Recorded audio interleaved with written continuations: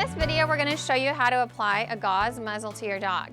You would want to do this in cases when you don't have a commercial muzzle available, but you still are maybe performing procedures around the dog's eyes or ears, or in a situation where you want to ensure that you have control of the dog's muzzle and are not in a position to be bitten.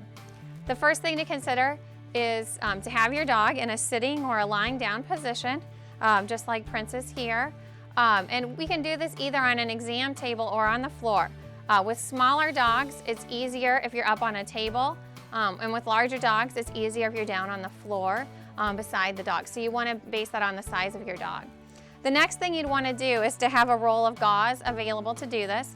And there's two sizes of gauze you can use. There's a 2-inch roll of gauze, just like this here. This you would want to use on a larger size dog where they've got a bigger muzzle to go around, so it's giving you more control there. We also have this 1-inch gauze, which can be used then on a smaller dog.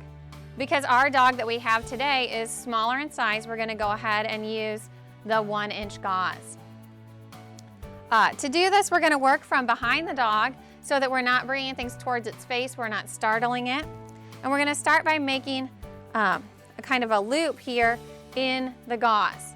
We want this to be a larger loop so we can bring it down and scoop it over the dog's nose without startling them and without getting our hands too close to their nose. We'll just pull that tight across, and then we'll cross the pieces of the gauze underneath their muzzle. This way now we've got it very secure, and we're minimizing their ability to open their mouth or to be stressed. We'll bring these ends back behind the dog, and we'll tie it behind the back.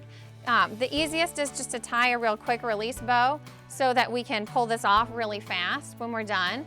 If there is an emergency we needed it off for, but it keeps it secure back here behind the head and the dog is unable to get this gauze muzzle off.